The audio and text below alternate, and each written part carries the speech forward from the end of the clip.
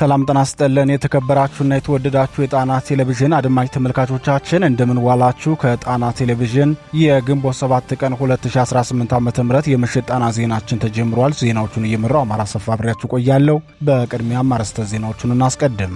የአማራ ፋኖ ውሎች በአራቱም አቅጣጫ ምን ይመስላል? ከአዲስ አበባ በቅርብ ርቀትና በወልዲያ አቅራቢያ ቆቦ ዙሪያ የተካሄዱ ተጋድሎ ውሎች በዜናችን ዝርዝር የተሰናዳባቸው ቀዳሚ መረጃዎቻችን ናቸው።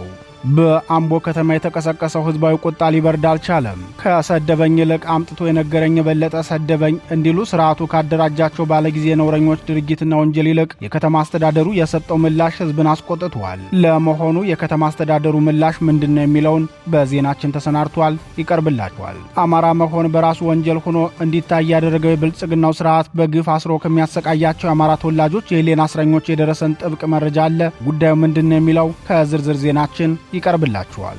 የሶማሊያ መሪዎች ሰሞነኛ ድርጊት የሰይድ ባሬን እብደት ያስታወሰው ሆኗል። የወፎችን መሞት የተመለከቱ ድንቢጦች ወፍነን አሉ እንዲሉ የሶማሊያና የቱርክ አሁናዊ እንቅስቃሴ ከአፍሪካ ቀንድ ቀጣይ ዕጣ ፈንታ አንጻር በስፋት የተዳሰሰ የትንታኔ ዘገባችን ነው። ሰዓቱ ሲደርስ ይደመጣል። የተወደዳችሁና የተከበራችሁ የጣና ቴሌቪዥን አድማጭ ተመልካቾቻችን እነዚህንና ሌሎች የግንባርና የትንታኔ ዘገባዎችን ይዘናል። እስከ ዜናዎቻችን ፍጻሜ ድረስ አብራችሁን እንድትቆዩ እየጋበዝን ወደ ዝርዝር ዜናዎቹ እናልፋለን።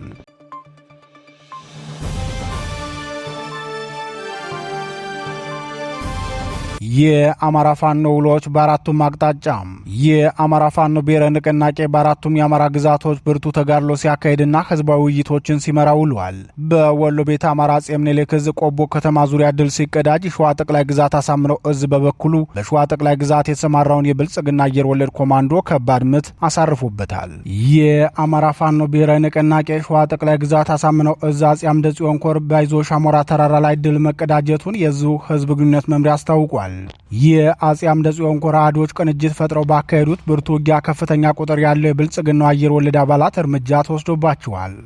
በአፄ አምደ ጽዮን ኮር ስር የሚገኙት ራምቦ ክፍለ ጦርና 7 ለ7 ክፍለ ጦሮች በተውጣጡ ውስን ሻለቆች ውጊያው መካሄዱን የገለጸው የሸዋ ጠቅላይ ግዛት አሳምነው ዕዝ ህዝብ ግንኙነት መምሪያ ጠላት መነሻውን ከደብረ ብርሃን ከተማ አስተዳደር ከጉዶ በረትና ከቀየት ከተማ በማድረግ በተጉለትና ቡልጋ አውራጃ ስር ወደሚገኘው ባሶና ወረና ወረዳ ልዩ ቦታው አይዞ ሻሞራ በተባለ አካባቢ እንቅስቃሴ አድርጎ ነበር። ጠላት በሞርተርና ዙ 23 ታጅቦ ቢገባም በተወሰደበት ፈጣን የደፈጣ ጥቃት በርካታ ሰራዊቱ ሞትና ቆስለኛ ሊሆንበት ችሏል ሲል አስታውቋል። በደፈጣ የተጀመረው ውጊያ ወደ ጨበጣ ውጊያ አድጎ በርካታ የብልጽግናው ሰራዊት ሞትና ቆስለኛ ማድረግ የተቻለ ሲሆን የደብረ ብርሃን ሆስፒታልም ከፋኖ ምት የተረፉትን የብልጽግና ሰራዊት አባላትን ተቀብሎ እያከመ ይገኛል። በተመሳሳይ የአማራ ፋኖ ብሔራዊ ንቅናቄ ሸዋ ጠቅላይ ግዛት አሳምነው ዕዝ የአፄ ዘርዓ ያዕቆብ አንደኛ ኮር ነጎድጓድ ክፍለ ጦር ከደብረ ብርሃን ከተማ በቅርብ ርቀት ከኩኬለሽ እስከ በዞ ድረስ በአካሄደው ውጊያ የብልጽግናው ሰራዊት ከፍተኛ ኪሳራ ደርሶበታል። የአማራ ፋኖ ብሔራዊ ንቅናቄ ዕለቱ ተጋድሎ የተካሄደበት ግንባር ደግሞ የወሎ ቤት አማራ ቀጠና ነው። በዚህ ቀጠና የአፄ ምኒልክ ዕዝ 102ኛ ኮር የሰሜን ወሎ ዞን ራያ ቆቦ ከተማን በከፊል በቁጥጥር ስር የዋለበትን ተጋድሎ አድርጓል።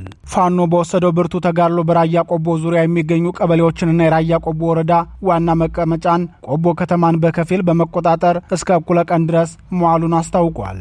የአፄ ምኒልክ ዕዝ ህዝብ ግንኙነት መምሪያ የተጋድሎ መረጃው ለጣና ቴሌቪዥን ሲገልጽም በርካታ የብልጽግናውን ጥምር ጦር አባላትን እርምጃ እንደወሰደበት ተናግሯል። የዕዙ ተወርዋሪ ልዩ ዘመቻ በቀይ አፈር በነበረው ተጋድሎ ከፍተኛ ቁጥር ያለው የብልጽግና ሰራዊት ላይ እርምጃ መውሰዱን የገለጸው የአፄ ምኒልክ ዕዝ ህዝብ ግንኙነት መምሪያ ጠላት ከጧት ጀምሮ በድሮን በቢኤም በዙ 23 በመድፍና በታንክ የተጠናከረ ማጥቃት ቢያደርግም ሊያቆመን አልቻለም ብለዋል።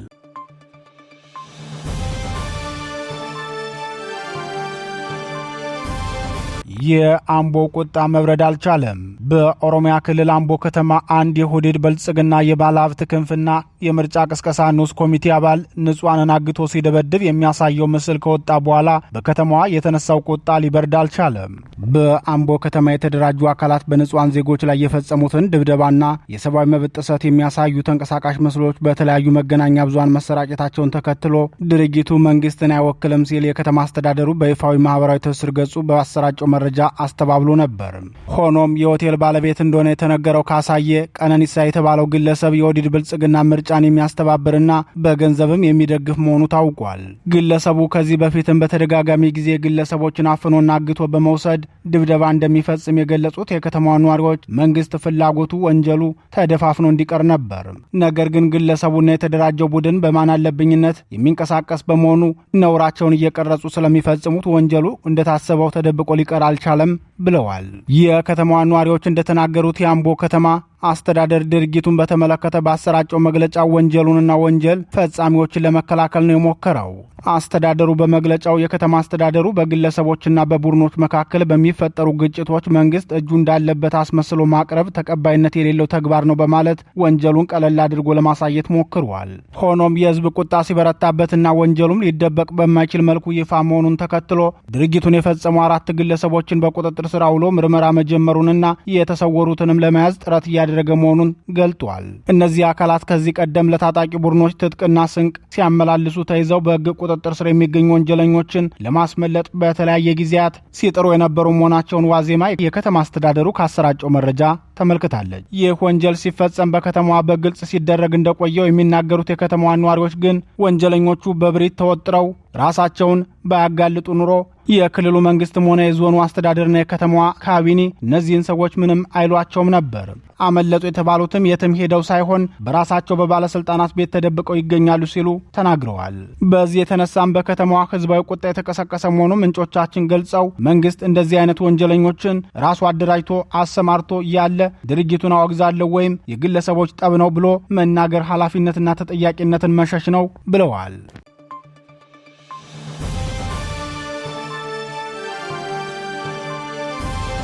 የአማራ ተወላጅ የግፍ እስረኞች በደል ሲገለጥ በአማራ ህዝብ ላይ ሁሉን አቀፍ ጦርነት የከፈተ የብልጽግናው ስርዓት የአማራ ተወላጆችን በብሔር ማንነታቸውና በፖለቲካ አመለካከታቸው ብቻ በግፍ አስሮ እያሰቃየ መሆኑ ይታወቃል። ለጣና ቴሌቪዥን የደረሰው መረጃ እንደሚያመላክተው በስንታየው ንጋቱ መዝገብ ቁጥር 326559 በሽብር ወንጀል የተከሰሱ የአማራ ተወላጆች ከፍተኛ የህግ ጥሰትና የአስተዳደር በደል እየተፈጸመባቸው መሆኑን ያመላክታል። የግፍ እስረኞቹ የተፈጸመባቸውን ግፍ አስመልክቶ ሲናገሩም በእኛና በእኛ መሰል የሽብር ወንጀል የተከሰስን እስረኞች በማንነታችን ብቻ ተለይተን ከ2 ዓመት በላይ ከአዋሽ አርባ እስከ ሰመራና አዲስ አበባ ሜክሲኮ ጨለማ ቤት እንዲሁም በማዕከላዊ እስር ቤት ስንሰቃይ የነበርን እስረኞች ላይ የሐሰት ክስ ከተከሰስን በኋላ አሁንም በፌዴራል ማረሚያ ቤት ማቋቋሚያ አዋጅ ቁጥር 1174 ዝባር 2012ና የዚህን አዋጅ ድንጋጌ ለማስፈጸም በወጣ ደንብ ለጊዜ ቀጠሮ እስረኞች መብቶች የሰጡ ቢሆንም ጥሰት ተፈጽሞብናል ሲሉ ተናግረዋል። ሕክምና ከመከልከልና የማይቋረጥ መድኃኒት እንዳይገባላቸው ከማድረግ ጀምሮ በከባድ ደረቅ ወንጀል ተከሰው ከተፈረደባቸው ወንጀለኞች ጋር መታሰራቸው፣ ቋሚ የሕክምና አገልግሎት የሚከታተሉ ተጠርጣሪዎች ሕክምና ባለማግኘታቸው የከፋ አደጋ ውስጥ መሆናቸውንና በቤተሰብ በኩል እንኳን እንዲቀርቡ የጠየቋቸው መሰረታዊ ፍላጎቶች እንዳይገቡላቸው መደረጉን የህሊና እስረኞቹ ተናግረዋል። በተለይም የውሃ ክልከላ መደረጉ ለህይወታቸው ማሳሳቢ እንደሆነባቸው የግፍ እስረኞቹ በአቤቱታቸው ገልጸዋል። በቀን ለ15 ደቂቃ ብቻ የቧንቧ ውሃ የምትመጣ ቢሆንም በዚህ ደቂቃ ውስጥ ለልብስ ማጠቢያ ቀርቶ ለመጠጥ እንኳ የማናገኝ ስለሆነ ለህይወታችንም አሳሳቢ ነው ብለዋል። የብልጽግናው ስርዓት ከ2015 ዓ.ም መጋቢት ወር ጀምሮ በ10 ሺዎች የሚቆጠሩ የአማራ ተወላጆችን በግፍ አስሮ እያሰቃየ ይገኛል።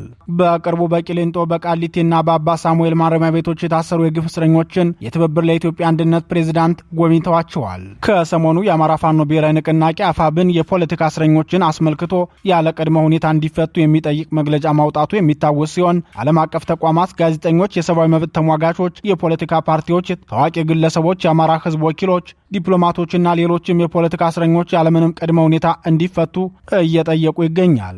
300 የአማራ ልሂቃን በስር ላይ የሚገኙ ሲሆን ኢሳያስ በላይን ጨምሮ 5 አማሮችን በከፍተኛ ድብደባና የማሰቃየት ምርመራ ምክንያት ህይወታቸው አልፏል። በፌዴራል እስር ቤቶች ከ300 በላይ የአማራ ልሂቃን በስር ላይ የሚገኙና በህይወት ያሉ ሲሆን በከፍተኛ ስቃይ ላይ ናቸው። ከነዚህ ውጭ ግን በማይታወቁ ቦታዎች በመቶዎች የሚቆጠሩ አማሮች ደብዛቸው ከጠፋ ዓመታት የተቆጠሩ ሲሆን ገነት አራጌ፣ ሰይፈ ተክለ ጊዮርጊስ ይገኙበታል።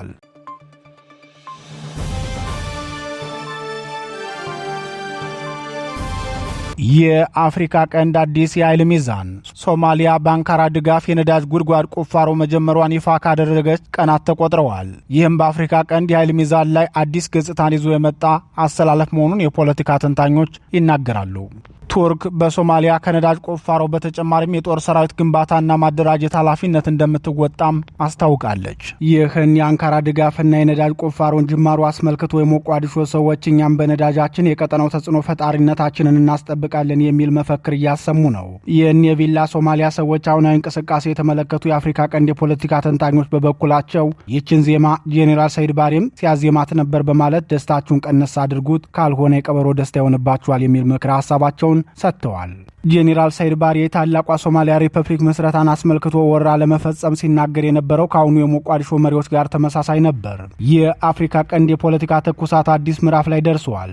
የብልጽግናው ሊቀመንበር ከዓመት በፊት ከሶማሌላንድ ጋር የመግባቢያ ስምምነት መፈራረማቸውን ተከትሎ አንካራና ሞቃዲሾ በተመሳሳይ ሰዓት መጫዋቸው አይዘነጋም። የሞቃዲሾ ጩኸት የሚጠበቅ ቢሆንም የአንካራ ጩኸት ከሞቃዲሾ በልጦ የተሰማበት ምክንያት ግን በርካቶችን አስገርሞ ነበር። ነገሩ ሲመረመር ትልቅ ጉድ መምዘዝ ጀመረ። በ2011 ቱርክና ሶማሊያ አንድ ስምምነት ተፈራርመው ኖረዋል። ያ ስምምነት በ2017 እንደገና እድሳት ተደረገበትና በ2022 ሙሉ በሙሉ ወደ ተግባር ተገባበት። ነገሩን ከስሩ እንመልከተው። የቱርክና የሶማሊያ ስምምነት አራት ጥቅሞችን ወደ አንካራ በርቀት የሚያስወነጭፍ የበረከት ወረቀት ነው። ቱርክ በአፍሪካ ቀንዷ የህንድ ውቅያኖስና የቀይ ባህር ተዋሳኟ ሶማሊያ ምድር ስትገባ የጦር ሰራዊቷን ማደራጀትና ማዘመን፣ የኤርፖርት ግንባታውንና አጠቃላይ ሴኩሪቲውን መቆጣጠር፣ 3333 ኪሎ ሜትር የሚረዝመውን የሶማሊያን የባህር ጠረፍ መጠበቅና የሶማሊያን ነዳጅ ማውጣት የሚሉት ናቸው። እነዚህን ስምምነቶች ቱርክና ሶማሊያ ሲፈራረሙ የሞቃዲሾ ሰዎች ለአንካራዎቹ ሰዎች ቤሳቢስቲን አይከፍሉም። ክፍያው የሚፈጸመው ከጊዜ በኋላ መሆኑን ይደነግጋል። ያ ጊዜስ መቼ ነው ሲባል ደግሞ ነዳጁ ሲወጣ ቱርክ 80 በመቶውን ወደ አንካራ ትጭናለች። 10 በመቶውን ለኢንቨስትመንት ስራ ማስኬጃ ክፍያ ታውለዋለች። 5 በመቶውን ደግሞ ለአካባቢው ጥበቃ ትከፍላለች። የነዳጅ ባለቤቷ ሶማሊያ ደግሞ 5 በመቶ ብቻ ትወስዳለች ማለት ነው። ይህ ነው ከሞኝ ደጃፍ ሞፈር ይቆረጣል ማለት ሲሉ ነገር አዋቂዎች የሚወቅሱት ሶማሊያን ለፍጹም ቅኝ ግዛት አሳልፎ የሰጠ ስምምነት ነው ሲሉም በዓለም ዙሪያ የሚገኙ የአገሪቱ ምሁራን ወቀሳቸው በሐሰን ሼክ መሐመድ መንግስት ላይ ያቀርባሉ። ሌላውና ሁለተኛው አደገኛ ስምምነት ደግሞ ረጅሙን የሶማሊያ የባህር ጠረፍ ቱርክ እንድትጠብቀው ሲደረግ ከ1000 ኪሎ ሜትር የማያንሰው የባህር ጠረፍ የሚገኘው በሶማሌላንድ ክልል ውስጥ መሆኑ ነው። ይህ ደግሞ ከሶማሌላንድ አገርነት እውቅና ጋር ተያይዞ ቱርክንም የጉዳዩ ባለቤት እንድትሆን ስቦ ያስገባታል። ጃንዋሪ 1 ቀን 2024 የብልጽግናው ሊቀመንበርና የቀድሞው የሶማሌላንዱ ፕሬዝዳንት ሙሴቪህ የስምምነት ፊርማ ሲፈራረሙ ቱርክ ቀድማ የጮኸችው ለዚህ ነበር። የሶማሊያና የቱርክ መንግስት የነዳጅ ማውጣት ስምምነት የመጀመሪያ ምዕራፍ ስራ ተጀምሯል። ሶማሊያ ከቱርክ ጋር በመተባበር የነዳጅ ቁፋሮ እያካሄድኩ ነው፣ የወታደራዊ አቅም ግንባታዬንም ለማዘመንና ለማሳደግ እየሰራው ነው፣ የቀጠናውን የኃይል ሚዛንም ሊቀይር የሚችል ስራ ላይ ነኝ ብላለች። ባሳለፍነው ሳምንት ቁፋሮ የተጀመረው የሶማሊያ ነዳጅ ፍለጋ ከ2 ዓመት በኋላ በቀን ግማሽ ሚሊዮን በርሜል ነዳጅ ማምረት ይጀምራል። ይህም በዓመት እስከ 18 ቢሊዮን ዶላር የሚያስገኝ ይሆናል ማለት ነው። ሆኖም ከዚህ ገንዘብ ላይ ወደ ሶማሊያ ካዝና የሚገባው ከ1 ቢሊዮን ዶላር በታች የሚሆነው ማለትም 900 ሚሊዮን ዶላር ብቻ እንደሆነ ልብ ይለዋል። የአፍሪካ ቀንድና ቀይ ባህር ተጽዕኖ ፈጣሪነቷን ማስጠበቅ የምትፈልገው ቱርክ ዘመናዊ የጦር ጀቶችና ሄሊኮፕተሮችን ለሶማሊያ ታስታጥቃለች። ይህን ወረቀት ላይ የሰፈረ ሀሳብ ብቻ በመመልከትም የቪላ ሶማሊያ ሰዎች ይህ የሶማሊያ የትንሣኤ ዘመን ነው፣ በአፍሪካ ቀንድ ጂኦፖለቲካ ላይ ተጽዕኗችን እየመጣ ነው እንዲሉ አድርጓቸዋል። በእርግጥ የክስተት በአፍሪካ ቀንድ ሀገራት እንደ ኢትዮጵያ፣ ሶማሌላንድ፣ ጅቡቲና በራሷ በሶማሊያ የውስጥ ጉዳይ ላይ ተጽዕኖ መፍጠሩ አይቀርም። ተጽዕኖ የሚመጣው ግን ከሶማሊያ ምድር ይሁን እንጂ ሶፍትዌሩ ከቱርክ መሆኑን የፖለቲካ ተንታኞች ይናገራሉ። በዚህ ጉዳይ ጣና ቴሌቪዥን በተደጋጋሚ በሰራው የትንታኔ ዘገባው ቱርክ የሶማሊያን መንግስትና መልክዓ ምድር በመጠቀም ተጽዕኖ ማሳረፍ የምትጀምረው በቀጥታ በጥቅሟ በመጡ ኃይሎች ላይ ነው። 3333 ኪሎ ሜትር የሶማሊያ የባህር ጠረፍ በቱርክ ጥበቃ ስር እንዲሆን የተስማማችው አንካራ አሁን ግን ሶማሌላንድ የአገርነት እውቅና ስታገኝና የሀርጌሳው መንግስትም ከአንካራ ይልቅ በተቃራኒው ለቆመው ለቴልአቪቭ መንግስት ተባባሪ መሆኑ ቱርክን የሚያስከፋ ነው። ከዚህ የሀርጌሳው መንግስትና የእስራኤል መንግስት ግንኙነት በተጓዳኝ የቀጠናው ተጽዕኖ ፈጣሪ የሆነችዋ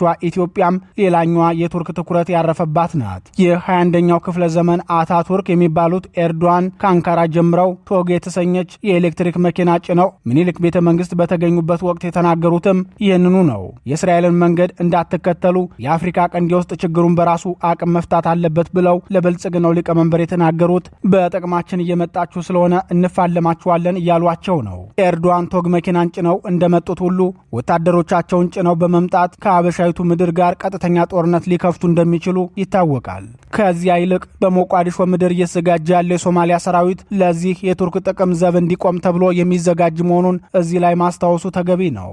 ቱርክ ካሁኑም ከኤፍ-16 ጀምሮ የተለያዩ የጦር ጀቶችንና ዘመናዊ ቴክኖሎጂዎችን ለሶማሊያ ማስታጠቅ ጀምራለች። ይህም የሶማሊያ ወታደራዊ አቅም በቀጠናው ያደገ ነው የሚል እይታ እንዲኖረው ለማድረግ ታስቦ እንደሚካሄድ ግልጽ ነው። በዚህ ጉዳይ አስተያየታቸውን የሚሰጡ ተንታኞች ግን ጉዳዩን በጥርጣሬ ይመለከቱታል። የሶማሊያ ጉዞ አልጋ ባልጋ አይሆንም የሚሉት የፖለቲካ ተንታኞች የነዳጅ ሀብትና ወታደራዊ ኃይል ለአንድ ሀገር ትልቅ አቅም ቢሆንም በሶማሊያ ነባራዊ ሁኔታ ግን የሀብት እርግማን እንዳይሆን ይሰጋል። የሞቃዲሾ ማዕከላዊ መንግስት ከፑንትላንድ ከጁባላንድ እና ከሌሎች የፌዴራሉ አባላት ጋር ያለው ግንኙነት ሻካራ ነው። የነዳጅ ሀብት ክፍፍልን በተመለከተ አስቀድሞ ግልጽ የሆነ ስምምነት ከሌለ ሀብቱ የውስጥ እርስ በርስ ግጭት ማባባሻ ሊሆን ይችላል ይላሉ። በሌላ በኩል ጠንካራ ኢኮኖሚና ዘመናዊ ጦር መገንባት ሶማሊያ ለ10 ዓመታት ሲያተራምሳት የኖረውን አልሸባብን ከስሩ ለመንቀል ትልቅ አቅም ይፈጥርላታል። ነገር ግን አልሸባብ ይህንን የነዳጅ ማውጣት ሂደት ለማስተጓጎል የሽብር ጥቃቶችን ሊያጠናክር ይችላል። በዚህ ሁሉ የጂኦፖለቲካ ቼዝ ጨዋታ ውስጥ ትልቁ ተጠቃሚና ተዋናኝ ቱርክ ነች። ቱርክ በኢትዮጵያና በሶማሊያ መካከል የተፈጠረውን ውጥረት ለማርገብ በአንካራ ከተማ ስታሸማግል ብትቆይም አሁን ግን በቀጠናው ያላት ሚና ከሸምጋይነት የዘለለ መሆኑ በግልጽ ታይቷል።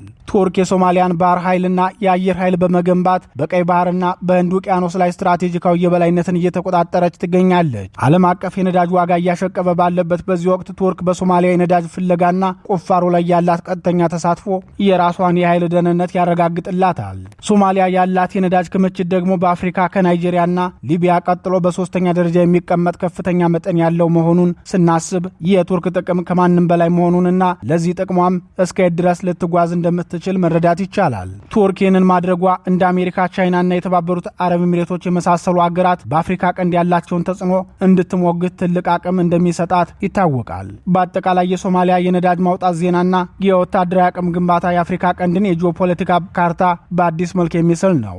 የአፍሪካ ቀንድ በቀጣዮቹ ዓመታት የትብብር ወይስ የከፋ ፉክክር ቀጠና እንደሚሆን ጊዜ የሚፈታው ይሆናል።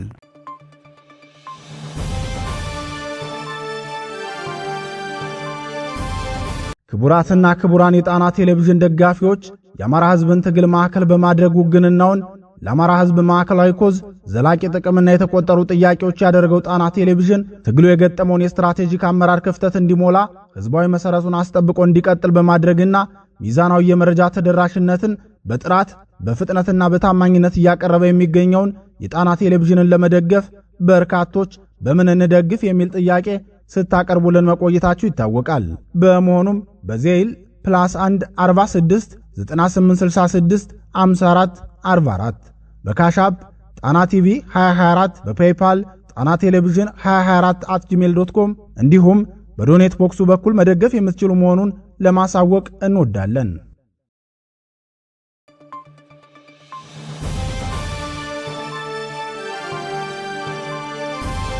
የተወደዳችሁና የተከበራችሁ የጣና ቴሌቪዥን አድማጭ ተመልካቾቻችን የምሽት ጣና ዜናችን የተከታተላችሁትን ይመስል ነበር። ምርጫችሁ አድርጋችሁ ስለምትከታተሉን እናመሰግናለን። የጣና ቴሌቪዥንን የዩቲዩብ ቻናል አማራጭ ሰብስክራይብ በማድረግ በቋሚነት ወዳጅ እንድትሆኑ እንጠይቃለን። ጤና ይስጥልን።